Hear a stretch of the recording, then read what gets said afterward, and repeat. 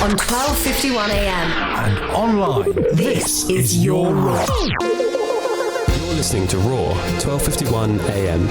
Bringing you your favourite shows 24/7. You lot are locked into Tux Tuesdays. You listen to the Daisy and Amy show. This is Living Up the Weekend at 1 o'clock. Hear the best new music. You and your love for Taylor Swift. No, don't. That's gone out on air now. Stay informed with Raw News Update. Certainly we're one of the few universities in the country who get to sit on the University Senate. Some people have viewed this protest as a reaction to one person, which can seem like a bit of a witch hunt. What would you say to those people? Keep the score with our daily sports analysis. They have dug deep. They have equalised.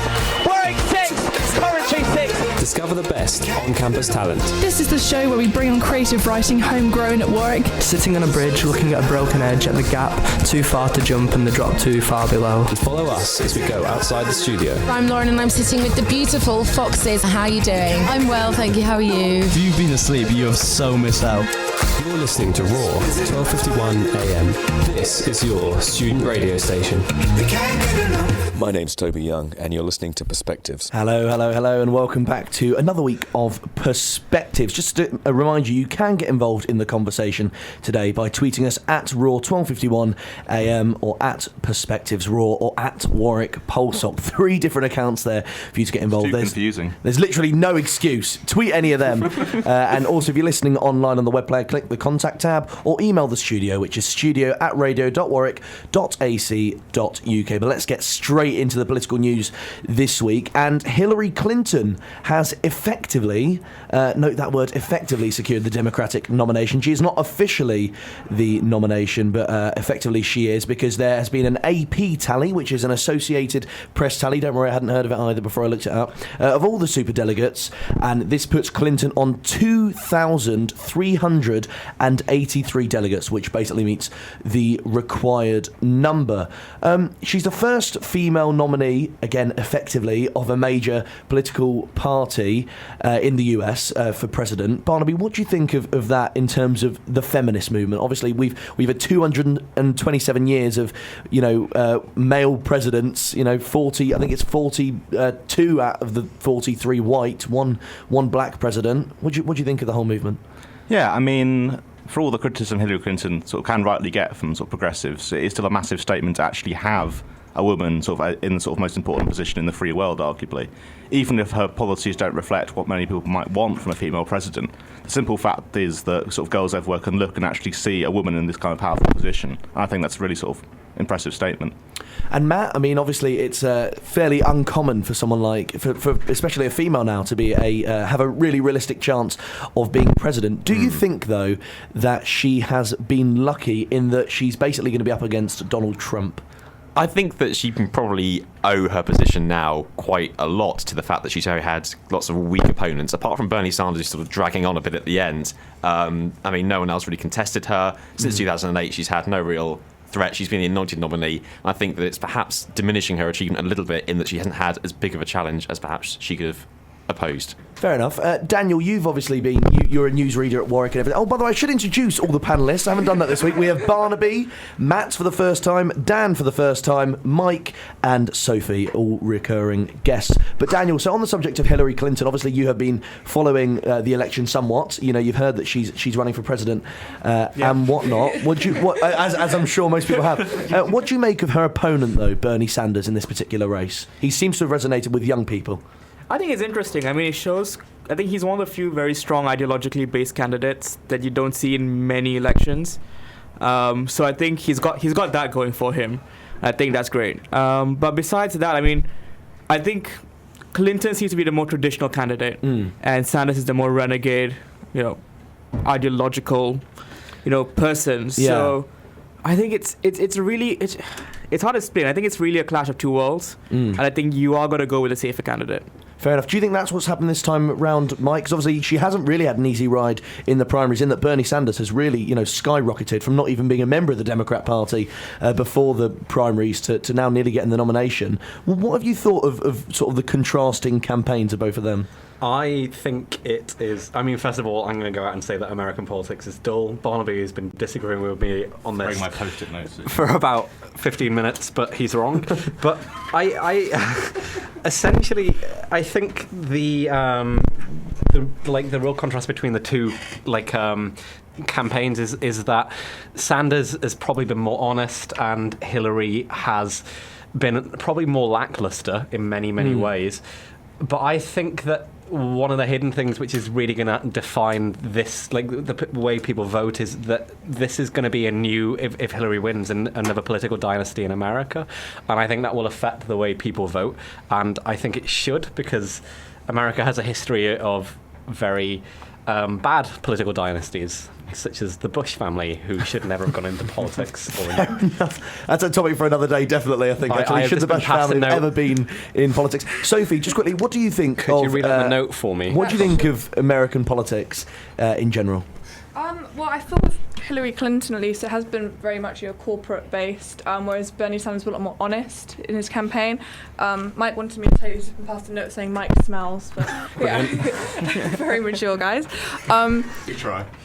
Yeah, American politics it's definitely got the entertainment factor, which I say the UK politics hasn't. The whole, it's sort of one wins, one loses sort of idea. It's not really sort of everyone can sort of get involved. But in terms of Hillary Clinton, I do think it's very much corporate based. But she has had an easy ride, considering, well, it will be now easy because of Donald Trump.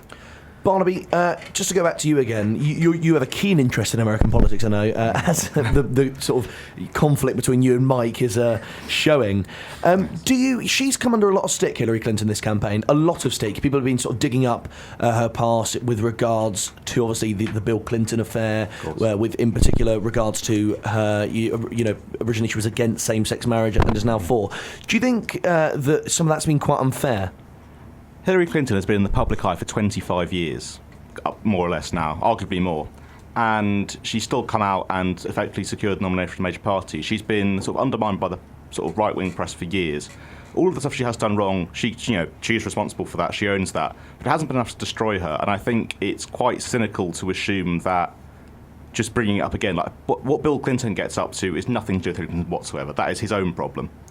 And all the other controversies are things she's apologised for, had to admit are wrong, and then she's moved on again. And it's just wrong to bring them up again. It's pointless.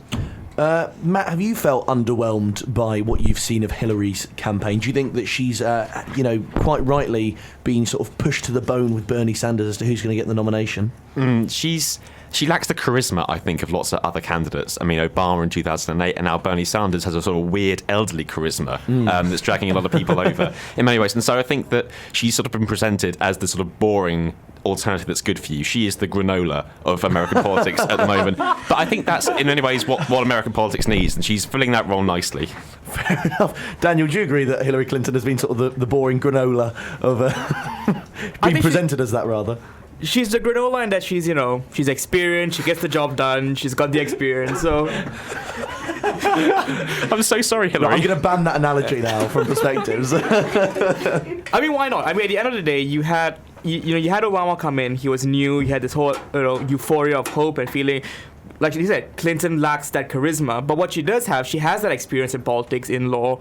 She has that experience coming in from within politics that she's going to lend to her presidency if she does win. So I think she's got that going for her, and I think that will really support her weight. Mike, do you think that people just don't want to hear from politicians anymore, in particular with these elections? Because obviously Donald Trump's doing so well. Barack Obama had the appeal of, whilst he was, a politician, he was different in that he was the first black president. But then Hillary Clinton's not really having the same effect in that she's the first female president. Surely we should be overwhelmed and really happy that the next president is likely to be female. I would enjoy that, but I am on the side of the people that thinks that Donald Trump would beat Hillary Clinton, because he's just incredibly popularist. He knows how to speak to people's fears, which is what I was going to say is that I think that in the end he will win because he has more charisma, and that's what this will come down. Well, I say charisma, I mean blistering tomfoolery with incredible racism, which Americans apparently find to be charismatic. But he is more charismatic to the Americans than Hillary, and that will not stand her in good stead. Sophie, what do you think of what Mike's just said then, in that he's not fully convinced that Hillary Clinton, or he doesn't think, rather, that Hillary Clinton could beat Donald Trump, or will beat Donald Trump, rather, in an election? What do you think of that? She will win. Definitely. I think Donald Trump at the moment is the entertainment factor. People are going to get bored of him. I mean, Hillary Clinton just completely trumps Trump, basically, in foreign affairs. She's got the experience, Secretary of State, and she's, as Barnaby said, she's come over all these scandals. She's come back up to the top. So that, if that proves anything, it shows that, she's going to fight for this position. I think she will, in the end, win it. But in terms of her being the first female president, I just feel like because she ran for this position in 2007, it's not a new idea. So that's why it's not had so much sort of like a spotlight on it. It's still, it's still another female president running to be president. It's not really new. Right, our next topic of conversation is a sort of follow-on from this, and it's to do with Bernie Sanders. And coincidentally, we've had a message from someone claiming to be Bernie Sanders, who says, "I won't give up, though." So, thanks very much. Official news for Raw there. You won't give up, but you have lost. Well, yeah. Barnaby, we had this conversation actually the other day about Bernie Sanders having sour grapes. I mean, he's ran a fantastic campaign, but do you think it's time now to say, he has got a lot of the issues he wanted to the forefront, and he could effectively now stay on actually and push for those issues to be recognised? But do you think it's time for him now just to go, do you know what, I've lost, stop moaning about college tuition or something like that? Yeah, I mean, you're exactly right. Arguably his ideas are the future Democratic Party. He's pushed their platform very far to the left, which I argue is a good thing in this election, and he's done very well.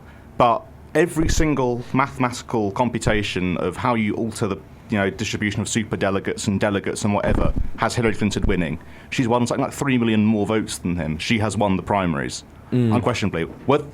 Not everyone likes that. That's fair enough, but that's what's happened. He chose to run as a Democrat. He agrees to Democratic Party rules. Complaining about them now he's lost just seems a bit wrong. I think it's time for him to withdraw. Mike, what do you think of that? With him not having been a member of the Democratic Party up until these elections, the fact is it's just a 70-odd-year-old man who is arguing about voter policies that didn't get him voted in when he could have changed that when he was younger. I mean, just grow up. At your age. So you think he's achieved basically all that he could achieve, and now it's time just to move on? Sophie, what do you make of that? Do you think, because you're someone who may be a Bernie Sanders fan over Hillary, perhaps? Yeah, feel the burn, yeah. You feel the burn, I do feel the burn. As is the new saying. Well, do you think that it's right for him to keep moaning about, because, there's a lot of things wrong with American politics, as he's pointed out, the super delegates are questionable as well, but do you think he should just stop moaning now? I don't think it's moaning. I think moaning's the wrong word. I mean, he's only moaning because he's 70. If he was like a young, fit 20-year-old, he would not be moaning. But I think he's still putting up a fight, and I quite like that because all the support he's gained, I think the people who have supported him sort of earned the right to see him sort of keep on fighting for his position. I do think that he's lost it now, definitely, and as evidence says, 3 million votes, that is a lot. But yeah, I like to see him carry on fighting. I think that's part of his campaign. I think that's good for younger generations to see that you can keep fighting despite the fact you might have lost. Matt's giving you a weary look over there, Matt. What would you have to say on the matter? I just feel as though, as we've already said, he's achieved everything that he can achieve, and the only reason he's carrying on is he's formed some sort of messianic cult around himself. He's very sort of reticent to loosen off. I mean, already earlier in the campaign, he was lampooning the superdelegates as undemocratic and archaic in American politics. Now, all of a sudden, he needs them. He's going to try and swing them over to himself. It seems a little bit hypocritical. He's only undermining his own ethical image by carrying on. Particularly as a 70-odd-year-old man calling somebody else archaic. If he is granola, though, if Hillary is granola, what is Bernie? Can I say Ben & Jerry's ice cream? Daniel, on that, do you think Bernie Sanders has been bitter towards Hillary Clinton and the sort of archaic practices? I mean, I think he's got a point with the archaic practices, but like we've said, he doesn't have the moral high ground coming into the Democratic Party so late to complain about it. Yes, there are issues, but if you've chosen to play the game, you have to play by the rules, essentially. Exactly. Fair enough. I've got a message in from Johnny who says, what if Hillary is indicted just before the general election? Should the Democratic Party change their nomination? Barnaby. That is a right-wing fantasy. The FBI have come out and literally said it's not a felony, it's really stupid, but it's not a felony. Okay. We'll keep going on about it. It's just this sort of mildly misogynistic idea that she's inherently dishonest and, can't be trusted. And people are sort of clinging to this bizarre belief that literally the FBI have come out and said it. It's not going to happen. Stop. Please. Matt, what do you think of that? I feel as though Barnaby said it all. I mean, realistically, Hillary is going to be the nominee. We said it mathematically, and she's not going to. Unless a meteor comes down to Earth and strikes exactly where she's giving a speech for her corporate backers, I think that she will be the nominee. Do you think there's any truth in this, Dan, about Hillary possibly being indicted? Not really. No, fair enough. Seems really petty if you want to indict her for that. Okay, and Mike and Sophie, what do you think? No. No chance. I think it's more likely that Donald Trump will personally assassinate her. But can I just add something? Of course. I think if it was a straight fight between, say, Bernie Sanders and Hillary Clinton going at a general election, I think Bernie stands a better chance. So I think if push comes to shove and do have to swap it over, I think swapping it over to Bernie Sanders may actually improve the Democratic Party's chances against Trump. Fair enough. We've had another message in as well from Matt Monk, who says, primary not over, full stop. Even the DNC told the media not to count supers yet. US media just ignored DNC and did it. Barnaby, what do you make of that? Do you think Matt's got a point that, we're talking about Hillary being the nominee and it's not even finished yet? Well, no, it's not over yet, but she is ahead in California, she is ahead in New Jersey. She will most likely win enough pledge delegates through the democratic process. I mean, superdelegates are a problem to be dealt with, but it's not particularly over, but it's very unlikely. I think Bernie Sanders would have to win 87% of the vote in California and then New Jersey, where he's behind by about 30 points, to get close to winning the nomination. It's just extremely unlikely. I think people have jumped the gun, but that's the media, not Hillary Clinton. Matt, what do you make of that? I don't think it's jumping the gun to look at the superdelegates. I mean, realistically, Bernie Sanders will not swing over the people that he's not worked with for many years and the people who have pledged since time immemorial to back Hillary. Realistically, they do count. They're part of the process at the moment, and we should count them, and Hillary is over the line. Mike, what do you think about this whole situation where, that we've sort of assumed who the Democrat candidate is and the media the DNC rather have told the media not to count the superdelegates yet? It's just a media prediction. I mean, I don't see the problem with it personally. It's very, very likely that Clinton is going to win. And to deny it it's just what everybody's thinking. So why not publish it in a newspaper? And Dan, what do you think of that? I disagree. I mean, the media has this dual-edged sword role to play, doesn't it? Because it shapes opinion, but it also presents facts and news. And when that line becomes blurred, when you start talking about what's most likely and what's realistic and confusing about what's actually going to happen, then you muddle the lines. And I think it's a fine line to play. And we've been talking about it. We started off saying Clinton is effectively the nominee, and I think that's fine. But once you start talking as though she is the nominee, then you muddle things up for the end user, which is the listener, whoever it is. And Sophie, just finally, do you blame the media for this whole I wouldn't say blame. It's accurate that she probably is going to be the nominee from what the AP released today, and when you go on to BBC News, it's saying Clinton is the Democratic nominee. So it does seem a little bit confusing to people who might be like, well, she hasn't actually got it yet. But with the superdelegates, you can just see that it's going to happen. So I suppose it's okay. It's an advance, but it's a fact. Right, and just before we go to the vote as to that issue, Matt Monk has given us an idea of what he thinks Hillary is. He says Hillary isn't granola. She's expletive, insert expletive word here, poison, loses to Trump in polls and has 12 FBI agents looking into her. So there we go. We're going to move on to a quick vote now.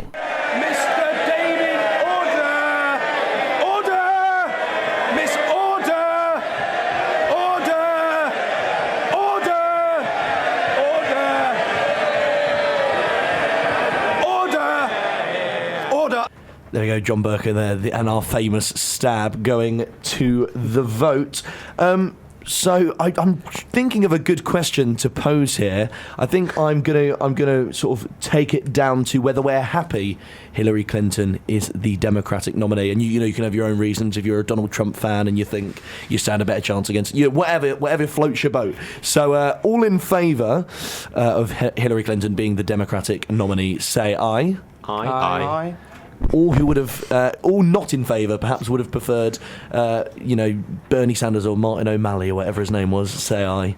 Aye. Sophie, thank you very much. My name is Jacob Rees-Mogg, and you're listening to Raw. Our next conversation is regarding the European Union, which I'm sure none of you are bored of already, because it hasn't been going on for ages. But this next topic is about the EU referendum, whatever the result, possibly being blocked in Parliament. So just when you thought we had direct democracy in the UK, it's not the case, because apparently whether we vote to stay or leave the Parliament, because it's full of pro-EU MPs who want their jobs when they finish and go, work in Europe. Never do that. That they're going to, that they are going to block it completely. Now, Barnaby, obviously there is a majority of pro-EU MPs that we know of in Parliament. Do you think this is actually realistic that when whatever the vote, they're going to vote to block us leaving the EU? From what I understand, I think it's a vote to stay in the single market, not the EU. Okay. But I think it'd be pretty audacious trying to overturn a referendum. I mean, however questionable referenda are as a general sort of tool, I mean, there are various issues with them, the way they count and stuff like that. I do think that Parliament shouldn't do that. I mean, if we do vote to leave, we should, probably follow through on that, at least until we realise what a stupid idea it is and join again. But I don't think it will happen. Mike, what do you think about this whole issue? It's a referendum of the people. If the politicians say, actually, I've decided that the people are wrong, then they should all be impeached and possibly executed. What about if the people are too stupid, though, to make this decision? That's not the point, though. It doesn't matter how intelligent the person making the decision is. This is a vote of the people. The people make that decision. That's the entire point of a democracy, of a referendum. I mean, if the politicians try to sort of overthrow that, they're completely defeating the point of their own election. And I would probably state that in doing so, they would be destroying their own mandate. Dan, do you think they should be executed, these politicians that vote to keep us in the EU if we vote to leave? Well, I'm not from Britain, so... Right. No, it's no personal effect on me, the outcome of this referendum. But, yeah, I mean, politicians are voted by the people. They go against... If they assume the people are too stupid to make a decision to a referendum, then people are obviously too stupid to vote them in the first place, and... Fair enough. And Matt, do you think politicians should take it into their own hands if the public make the wrong decision? I mean, I've heard the argument saying that it's up to the politicians themselves to negotiate the type of exit that we have, but I think it would just smack as completely illegitimate for effectively the main gripes of the ex-Eurosceptics, mass migration and paying into the EU, to still continue after a resounding vote to exit. I think it lacks legitimacy, however you try and spin it.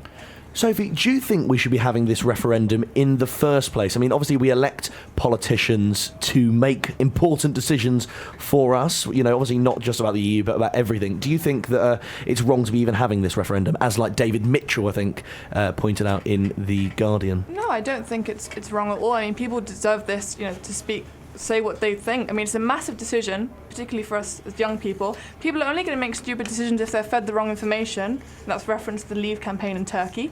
I mean, people are, if people think that that's actually what's going to happen, then that is a stupid decision to make because they're being fed the wrong information. That's what's annoying me here, because we should have a referendum as long as people are told the correct things, and they're not. And that's what's going to lead us onto the wrong road, basically. Mike, should we be having this referendum? Absolutely. And the fact is, politicians are always going to lie. They lie in their elections. They lie in their in everything leading up to what they do, and they shouldn't. And that's a problem we should be trying to uphold. But even if there is lying in this referendum, which there has been a lot of, and I'm voting in, by the way, so it outrages me.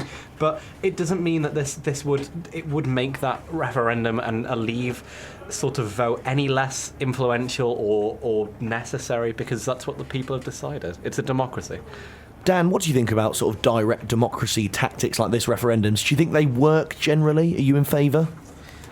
I'm in favour of them in principle. So I think the way referendums go about, you put a choice directly to the people, it gets decided by them, it's fine. Representative models have this issue where how do you know your representative is voting based on what you want? So I think in that sense it's great. But I do feel there is a bit of issue when it comes to systems. What we have here, you have a parliament, but at the same time you have referendums. Because, like you said, it's up to Parliament to then decide how they work out the exit strategy, and this whole lot of policy issues that it's up to the politicians to decide. So whether or not, whatever way you vote in your referendum, truly the decision that you're making is not that influential if most of the power still ends up in Parliament.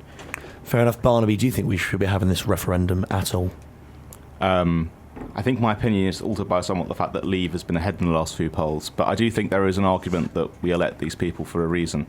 But I think the issue with referendums, you've got to make sure they actually fully represent opinion. You need some kind of turnout threshold, ideally. Yeah. Because otherwise you essentially end up with a lot of very vocal people representing a small minority who then basically actually leave the majority of people in a situation they don't want to be in. It will be interesting to see how many people voted and even registered to vote so far, because the government has put up a registration count of how many people have registered and how many people are registering per day and stuff like that.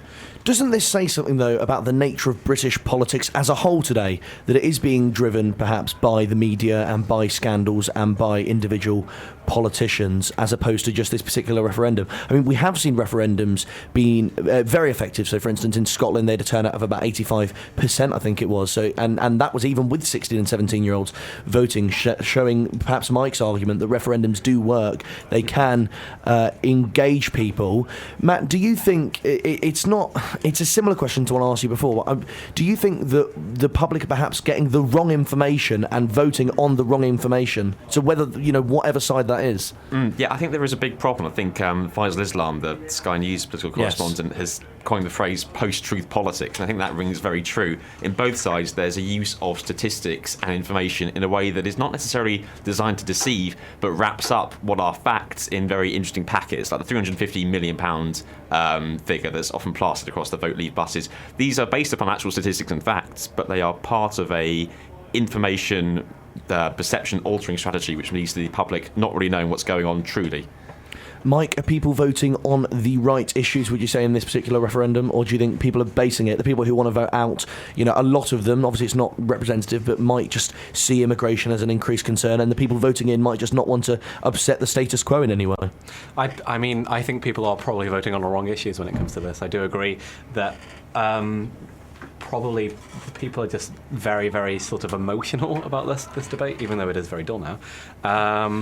They're getting emotional about it and voting with their gut. But I mean, the reality is, Matt's right, as in there's a lot of not necessarily misinformation being spread, but definitely skewing the statistics in many, many ways. But in reality, it's the responsibility of voters to read impartial information, and it's not particularly hard to get hold of. And isn't that an argument, though, why we should be giving this decision to the politicians, perhaps? But Barnaby, I've got an interesting analogy to give to you now. Okay. This referendum campaign has perhaps been both sides. The way they try and mobilise people is by passion and by playing on people's fears. Much like Francis Coquelin, the footballer, goes in for a tackle and perhaps isn't the best footballer, but will, show a lot of passion by getting sent off and that. Yes. Do you think this is pretty similar to that? I heard you've given this analogy before. Yes, no, this is the Francis Coquelin of referendums. People think it's doing something important because it's showing a lot of passion, but what we actually need is sort of very informed, sort of technical debate. We need a Mikel Arteta referendum, perhaps, as opposed to a Francis Coquelin referendum. Because as has been proved, midfields and referendums don't work. Sophie with Francis Cowling Coquelin. is looking utterly bemused at the minute, and I don't blame you. I think me and Henry are the only people who genuinely understand this discussion.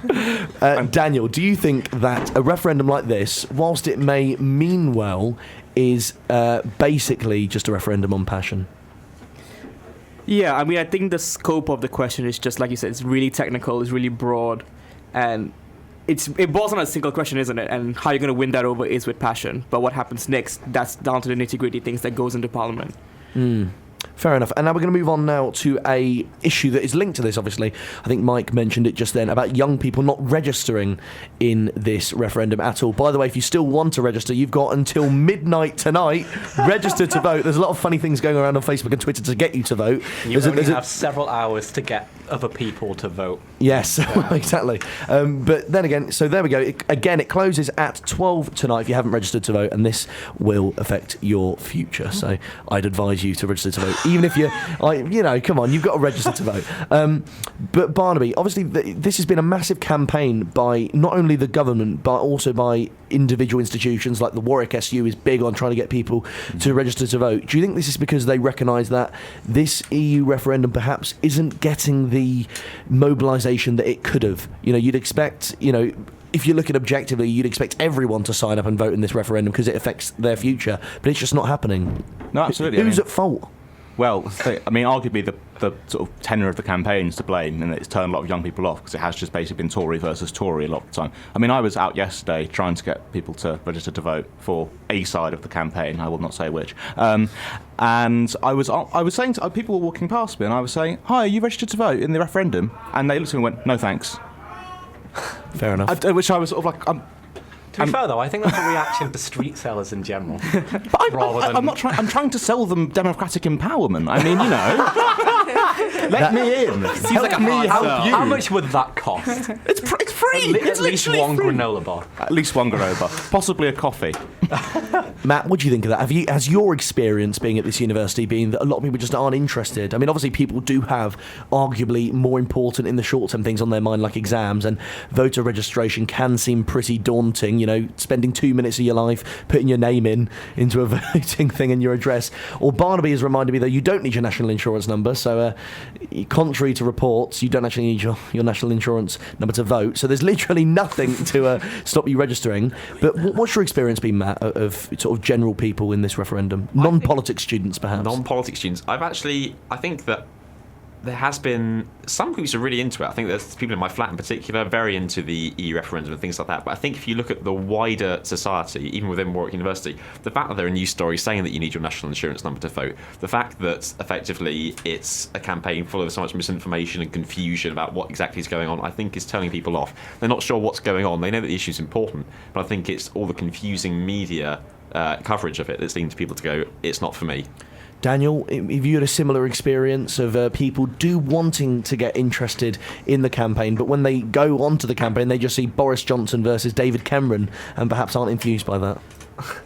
I mean, I think if I can give kind of an outsider's view on it, so obviously I don't really read much of British politics or EU politics. I'm from Malaysia, so that's where my interest is. But when I look at the EU referendum, as opposed to the Scottish referendum, it's a question that's come up based on the needs of a certain sect of people. And I think that's why the Scottish referendum has such a high turnout, because almost everyone in Scotland wants to vote on it, so you have 80% on it. Whereas with this one, the people who want to leave are the ones who are, essentially going to push for it. The people who want to stay, it's just the status quo, it's norm for them. So that's why I think you're going to have this mismatch of, this lower turnout on one side, high turnout on the other side, because it's literally a one-sided fight. Oh, fair enough. Mike, what do you think of that and this whole referendum? Again, what has your experience been in terms of people registering to... Have you had a sort of perception that there are people who simply just don't care? And do you think that these people who don't care, should you have met them, which I expect you have, because everyone seems to have met people who don't care about this referendum, are they wrong in thinking that, or are they perfectly right in thinking, I don't care about the referendum? I mean, people are perfectly... entitled to not care about things, which is, I mean, in itself, that is an opinion. But people are just, if they don't care, then that's fine. Then they don't register to vote. And I mean, my view is that they are then not entitled to that opinion. So they can't moan unless they make their decision. If you don't vote, you don't moan. That's my rule. Fair enough. And this is perhaps a similar argument to the Conservative government. I mean, they only got just over 24%. I think it's 24.3% of the population to vote for them. But I think this is an argument for the Australian system of mandatory voting. I think people should have to vote. It's a simple system, and I mean, you don't get put in prison for not voting. I think it's a fine. But it's such an important process that people should be involved in. I mean, we have to be educated. We have to go to the hospital. That's a really bad example. Do we? Yeah. I'm concerned now. Yeah. They're coming for you. That's another interesting subject to debate, though, the subject of mandatory voting. Sophie, what do you make of that? Do you think we should be forcing people? Do you think But whether you agree with perhaps forcing people to vote or not, do you think that it would engage more people in that if they think, well, crikey, I do have to vote, I'll read up on the EU, or do you think that wouldn't be the case? With a few people it would be, definitely, by having this new basically right to vote. You're going to obviously look at more, but then they're going to be the people who just sort of go down and just put a cross in any box they want to.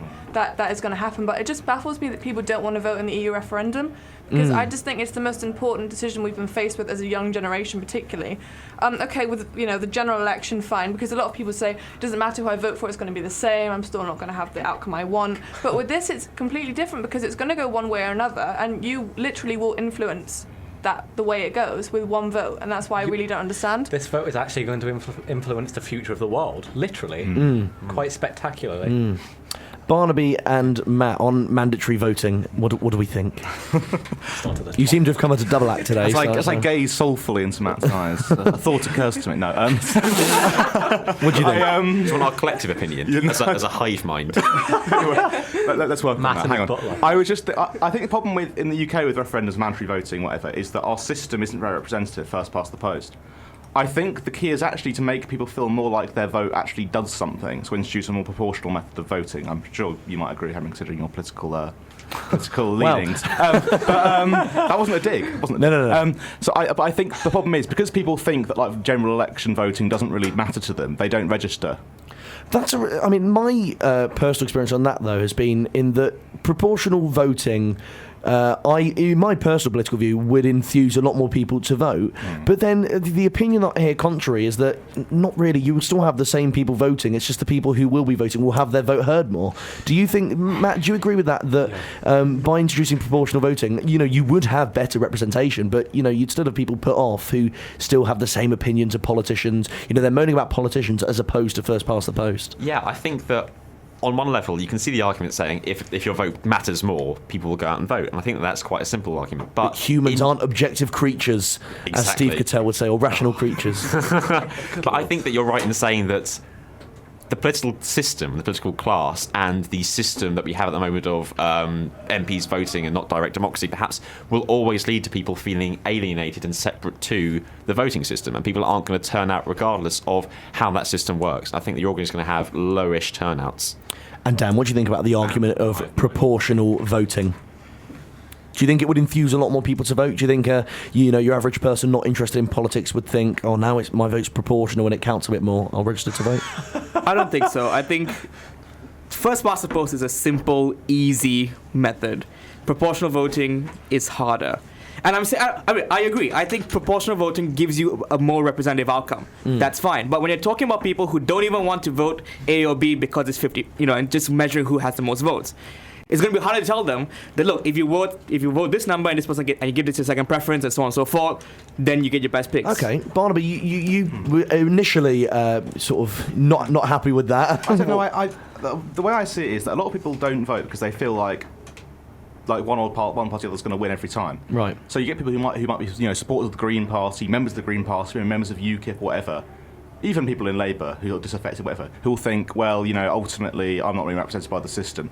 And if they suddenly, they do, so the Greens would have like 20 seats in this, if it was proportional, something like that. I really think that would get a lot more people in sort of more minor political parties to actually go out and vote, because they know they'll actually see concrete representation of that. That maybe I'm just being optimistic. But I feel like that presupposes people already having those political beliefs. Okay, yeah. People who are disengaged from the political system at all, you're not going to get them involved. No. I think the key here is education. There is no political education in schools from the off, and that's what we need. We need people to go through objectively and say, this political policy is this. And so things like citizenship that are now, turning into... Yeah, because I did citizenship and PSHE. I personally didn't do citizenship, so did you think that educated you enough in politics? But we never did anything to do with politics. It was very incredibly basic stuff like we have a first past the post system and there is also proportional representation. There we go after the world. But be free. At the time that I was 16,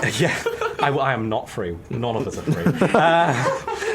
Sorry, I was just channeling my inner Banksy there. Some sort of demon possessed for a second.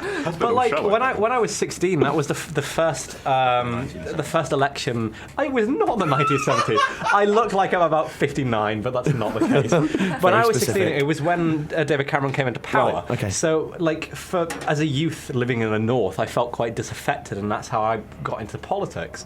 But the reality is, I don't lean towards Labour. I'm more liberal. I'm ashamed to say, because it's shameful. Henry, you would know. And brilliant. We all feel the pain. If I'd have been educated at school, I would have known that. And I never was, even with these citizenship lessons. Even the most basic, these are the political parties on offer in the country would be good. Although I do feel like a lot of people would vote for the monster raving loony parties. Well, there you go, Nicky Morgan. If you're listening, that is what to do to improve citizenship as a subject. We're going to go to a quick vote now on both of the issues we discussed. So the first issue was about perhaps politicians being able to I'll broaden it out. So do you think politicians should be able to override a referendum? All in favour who think they should be able to override a referendum, say aye. Dead air. All in favour, all against rather. All against, say the contrary, nay. Nay. I abstain. There we go. Barnaby has abstained. You are dead to me. And the second question I'm going to change somewhat. Do we think that there should be mandatory voting on something as important as the EU? All in favour, say aye. Aye. All against? Nay. Oh, very interesting You stuff. are this week's Alistair to me. That is extremely hurtful. My lawyers will be in touch. There we go. And just before we go to the infamous Perspectives quiz, we're going to move on to a report now that half of misogynistic abuse online is from fellow women. But just before we get involved onto that, just to remind you to get involved in the conversation today, you can tweet us at Perspectives Raw or at Raw 1251 AM. Click the contact tab if you're listening online, message our Facebook page, or email studio@radio.warwick.ac.uk. Barnaby, we've spoken about this actually, I think, on the news show, about this report that has actually come from the Centre for the Analysis of Social Media at the Demos think tank. Mouthful, I know. What do you think about this study? That we can't really question the results in that we don't know what they looked into and what particular pool they observed. But is that shocking that allegedly 55% of these misogynistic tweets have come from fellow women? I think it's interesting. I mean, not completely surprising because, women are people too. They're allowed to have political opinions, beyond sort of being feminists or whatever. There is a lot of sort of ingrained misogyny in society, which often women can sort of unload without really realising the actual connotation of what it means. But also, I would argue that on Twitter there are quite a lot of desperate, rather lonely people who I pity. And they would quite willingly make an account pretending to be a woman to throw abuse at a woman because their last account was suspended. Right, so you question as to whether, a broader investigation, not all of them, but as to whether some of these allegedly female accounts are actually female. That's interesting. Sophie, what do you think about this issue about, obviously it is a well-known problem that women do get a lot of abuse online and do get called really offensive names. Have you seen this on Twitter? Perhaps not, actually directed at you, but No. and do you think it's a problem? I have never had anything directed at me. I haven't actually seen anything from a third-party point of view either, but I do find that quite surprising, and it is quite a vague comment, so I'd like to see exactly what they mean by that. But I do feel that if it was true, it would be something to do with women trying to, sort of like a platform to make themselves look or be heard, basically, because if you have a feminist stance now, everyone's got a feminist stance, and it's not popular. People don't really look at you, because everyone's got that opinion. But if you have like a misogynist point of view, you're sort of thrown up and wow, look what they've done, and you get your name up in headlights, basically. If you know what I mean? Right. So Mike's agreeing with that point somewhat. What do you think of it, Mike? Yeah, I think that's just the statistic is irrelevant. If you're going to try and put numbers on people being misogynistic, then it's nearly everybody, basically, because that's how misogyny works. It's a societal issue. When a woman says something that you disagree with, the easiest thing to do is to be misogynistic. It's just what people are taught. The statistic is irrelevant. Everyone's a little bit misogynistic, and we just have to teach ourselves not to be. Matt, what do you think about this? Is it shocking to you? I don't know if you knew this before, this particular statistic, but then do you think it's actually a disguise in that, there is still, that 45% allegedly of men that are still giving out abuse, that's being ignored by this study? I think... the headline is on women, getting involved in it. Yeah, I think the reason why it's focusing on the fact that it's women is that it is such a surprise, and that it's showing how normalised the language and sort of tropes of misogyny are in society, that young women are using the sort of language of calling people sluts and whatnot on Twitter, which is quite astounding, really. You'd think that it would be something that was actually happening just because of, men and the bias against them, but actually for the language to be so ingrained in our culture that it's actually women using it against other women is, I think, the big news story. Yeah, no, that's a very interesting issue. And Dan, what do you think about this whole issue of online abuse? And is this particular study shocking to you? I don't find the results that shocking, actually. Yeah. Right. It was expected, is it? I won't say expected, but whenever I've spoken or attended events where you have female corporate leader or someone goes up on stage and says I've worked hard to be where I am, you talk to them off stage and you're always like, if you go to I've been to events where I'm with a girl or someone and she talks to the person like, okay, I'm so amazed with you, how do you do this? She says, well, the thing is, other women will try and put you down, and that's a comment that I've heard time and time again by people who are putting out this platform of trying to be independent women and so on and so forth. So I don't find that statistic really surprising, because I can imagine the two coming from the same perspective. I think Matt had an interesting point about the language and how the study would have labeled misogyny essentially, because I think there is, adoption of what would have been seen as slurs or misogynistic terms into nomenclature, and that changes the intention of it. I think that's fair, but I don't find the result that shocking. Fair enough. And now we've only got about 7 minutes left, so we're going to move on to the infamous Perspectives quiz. We've got another odd number of 5 people, so Dan, I'll let you choose to form a coalition with whoever you so wish. In fact, I feel like Barnaby and Matt need the help, so go and join those two over there. But yes, so this is the Perspectives quiz, and it's just going to start about now. My name is Sadiq Khan. I'm running to be the Mayor of London, and you're listening to Raw.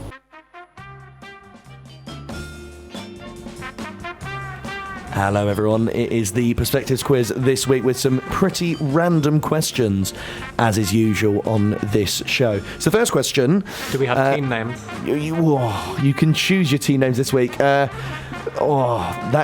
was completely unprepared for that. Right, you can be the registered voters, and you can be the registered voters. We're gonna play it boring this week. Granola. Can we be team granola? Okay, you can be granola. And we can be poison. You can be poison, as Matt Monk pointed out. Right, there we go. Even better names for you there. So, right, the first question is, what did John Major call Boris Johnson this week? Was it A, a court gesture? Was it Python? We'll hear the options first. Was it a court jester? Was it a dangerous fool? Or was it someone who doesn't make sense? Poison. Hello? I think it was somebody who doesn't make sense. Unfortunately... Was it? That's wrong. We'll move over now to granola. Was it A? A court jester. Court jester. It was indeed. Congratulations, there is a point for you. The next question is, what did GMB General Secretary, which is the trade union, Tim Roche, say about Priti Patel? He said it was something. Do you want to hear the options? Something along the lines of it's a contradiction in terms or something like that. He was essentially calling her ugly. Yes, basically. So he said that obviously her first name is Priti, and that it was contradictory in the name because he didn't believe she was pretty.